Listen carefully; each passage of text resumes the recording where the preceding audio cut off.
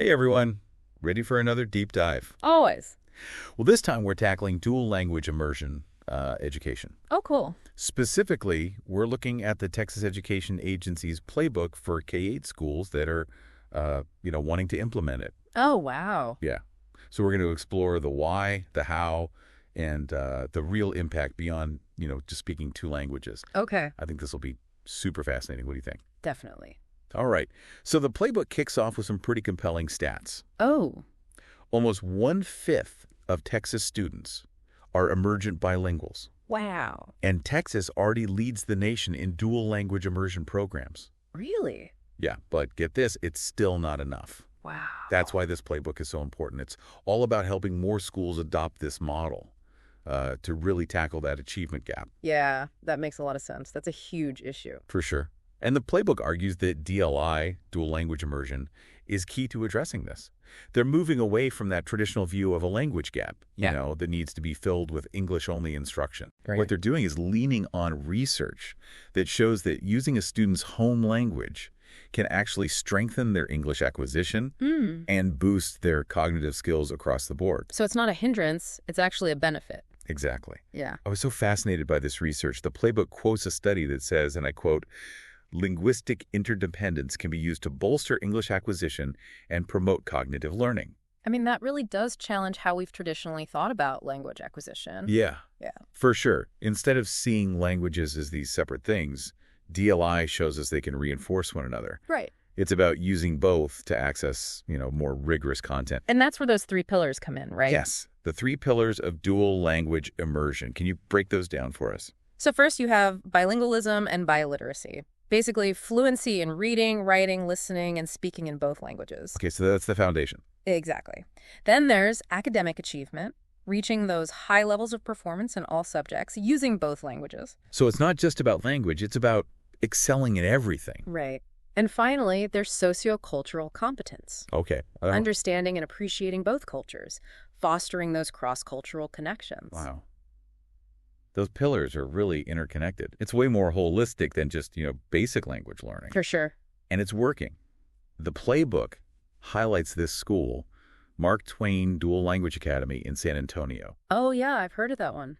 They went from struggling to a TA, a rating, and they're now competing with, wealthier monolingual schools. That's incredible. Their principal, David Garcia, he really emphasizes that DLI must be kept at the forefront, and he models Spanish himself. That's great. And they invest heavily in teacher training, and their curriculum is aligned with the literacy squared by literacy model. It sounds like they really embody all three pillars, the biliteracy focus, the academic achievement, and the sociocultural piece. Totally. It's a great example of how these principles can create such a thriving environment for learning. Yeah, I agree. But I'm curious, how do schools actually make all this happen? What does the playbook say about implementation? Well, they outline 5 levers for success based on the Effective Schools framework. We can't go through all of them, but maybe we could focus on 2. Strategic staffing and positive school culture. Okay, those sound crucial. Let's start with staffing. What are some of the challenges? One of the biggest hurdles is finding qualified teachers. They need to be experts not just in their subject, but also in DLI pedagogy. That's a tough combo. It is. And the playbook really stresses creating a very specific DLI teacher profile and interview protocol. That makes sense, to really target those right candidates. Exactly. Oh, and remember the rule of 2020 the playbook mentions. Right. At least 20 students in a grade sharing a home language. Yeah, that must really impact staffing needs. Definitely. Meeting that requires a lot of planning and resources. Okay, let's talk about positive school culture. How do they create that? The playbook emphasizes going beyond the surface level, making biliteracy part of everyday life, not just special events. So, like what? Give me some examples. Bilingual morning announcements, signage throughout the building. I love that. Right. They also mentioned Summit Elementary, a Vietnamese DLI school that has this huge annual Lunar New Year celebration for the whole community. Wow. That's amazing. It really makes everyone feel included. Exactly. And the playbook argues that this is often overlooked, but is so essential for success. I can see why. It can't just be an afterthought. It has to be woven into everything. For sure. And speaking of weaving things in, maybe it's time to look at how DLI is actually implemented in the classroom. Okay, yeah. How does instruction work with both languages? The playbook uses this concept of language acquisition models. They're basically different approaches to how you structure instruction in the two languages. So there are multiple ways to do this. Right. And the playbook emphasizes that there's no one right model. It really depends on the school's context and goals. Makes sense. It's about finding the right fit. Exactly. But whatever model is chosen, fidelity is key. Sticking to the plan and constantly improving it. Like really committing to it. Right. They have examples of schools with different models, too, like Travis Heights Elementary in Austin and Mark Twain, which we talked about. Right. So researching those could be helpful for schools considering DLI. Absolutely. Lots to learn from their experiences. I mean, seeing what's worked for other schools is super helpful. I know. It's like getting a sneak peek, right? Totally. And it can really help answer some of those big questions, like, should we do a one-way or two-way program? Oh, yeah. That's a big one. Can you remind us what those terms mean in DLI? Sure. A one-way program is really designed for emergent bilingual students. They're learning in both English and that partner language. Okay. Two-way integrates both those students, A&D students who are already proficient in English. So in a two-way, everyone's kind of immersed. Exactly. It's a really cool approach. What should schools think about when deciding between the two? The playbook emphasizes demographics, community goals, and available resources. Two-way programs can be awesome, but they need careful planning, so both groups are supported, It sounds like a big decision involving lots of people. Yeah, for sure. It's got to be a good fit for everyone. And another choice is the partner language. Right. Most programs in Texas use Spanish, but the playbook recognizes that Texas schools are super diverse. Over 120 languages, right? Yeah. It's amazing. So how do schools even choose a partner language? Understanding the community is key. It's got to be a language that benefits the most students and aligns with the community's vision, So it could be a language that's already spoken a lot there, or one that's maybe emerging and could offer new opportunities. Exactly. It's a strategic choice for the long term. But I imagine implementing any DLI program has its own set of challenges. Oh, definitely. What are some of the big ones? Finding qualified teachers is a huge hurdle. Yeah. And the playbook really dives into this issue. Makes sense. It's got to be tough finding those teachers. It is. They need to be experts in their subject, A&D in DLI pedagogy, a rare combination. So what does the playbook suggest? How do you find these teachers? Be proactive. Start advertising the program and any hiring incentives early, like even during the planning year. Oh, wow. So before you even start. Yeah. Attract those candidates. And another thing, have a clear teacher profile and interview protocol. Makes sense. Know exactly what you're looking for. Exactly. But finding them is just the first step, right? Oh, yeah. You got to support them, too. Totally. Ongoing professional development is super important. They need chances to collaborate, look at student work and really refine their teaching. Like a continuous learning environment for the teachers, too. Yes, exactly. The playbook emphasizes investing in their growth and providing support. It sounds like the supportive culture is crucial. And we can't forget about school culture as a whole, right? That needs to embrace biliteracy, too. Definitely. The playbook suggests lots of things, like using bilingual signs and announcements, and including cultural events in the school calendar. To really immerse everyone in it. Yes, make it part of the everyday experience. It's more than just teaching language. It's about valuing both cultures. Exactly. And that brings us to instruction. How do teachers actually do this in the classroom? Okay, yeah. Those nuts and bolts, as the playbook calls them. Yes. Yeah. Well, choosing the right materials is huge.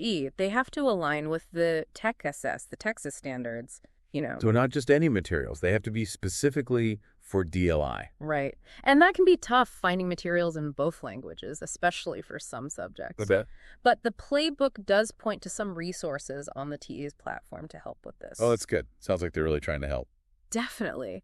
But once you have those materials, how do teachers actually use them? Yeah. How do they teach effectively with two languages? That's where the language acquisition models come in. The playbook doesn't say one is best. It depends on the school, like we said before. Right. Finding that perfect fit. Exactly. But no matter what you choose, fidelity to that model is crucial. They have this great analogy in the playbook. I love a good analogy. Right. They compare it to choosing a route on a map for a road trip. If you keep changing your mind and going on detours, you're going to get lost or you'll get there much later. Oh, that's a good one. Right. So you need that consistency, that clear plan. But how do schools know if they're on the right track? How do they measure success? Data.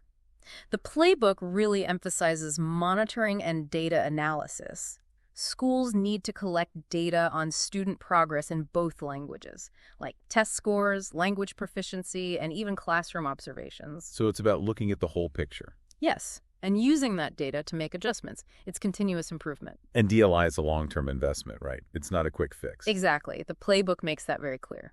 It takes time for students to become bilingual and biliterate. That's an important reminder for everyone involved. Yeah, for sure. But those long-term benefits are worth it. Like what? What are some of the benefits the playbook mentions? They talk about this one study, a long-term study that found DLI students not only become more proficient in English, but they actually do better in reading than their peers who only speak one language. Really? So it's helping them across the board. Yes, and the benefits go beyond just academics. Research shows that DLI promotes cross-cultural understanding, improves cognitive skills, and really prepares students for a globalized world. It's really about setting them up for success in life. Totally. It's transformative, and the playbook stresses that this transformation needs everyone. Schools, districts, families, communities, all working together. It's a team effort. Yeah, to make sure DLI can thrive. I'm honestly really impressed with how much detail this playbook covers. They've thought of everything. I know, right? And they go even deeper, talking about the bigger picture. What do you mean? Like, what else is there? Well, they talk about how DLI can create a more equitable and inclusive education system.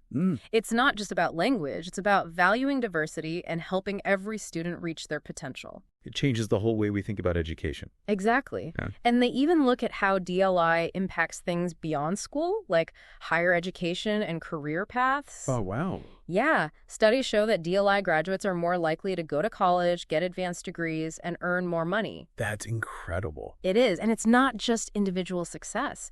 They envision DLI changing entire communities. How so? Imagine communities where everyone is bilingual, where people deeply understand different cultures, and everyone has the chance to thrive.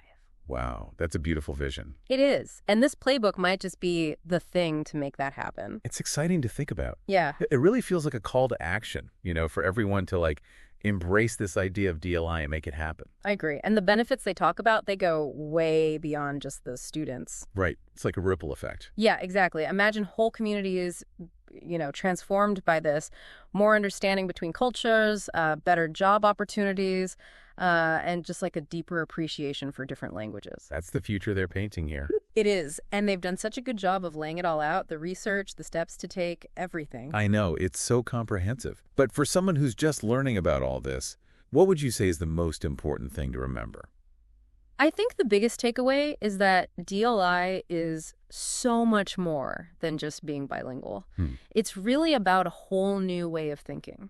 Embracing things like cognitive flexibility and cultural understanding, and that our world is all connected. That's a great way to put it. And if anyone listening is, intrigued by DLI, definitely check out the playbook. Yes. It's packed with info and inspiring stories of schools that are already doing this. It's a great resource for anyone who wants to make education, more equitable and enriching for all students. And who knows, maybe you'll become a DLI advocate yourself. That's the hope. This deep dive has definitely given me a lot to think about. Thanks for joining us. My pleasure. We hope you found it insightful too. And until next time, keep exploring, keep learning, and keep diving deep.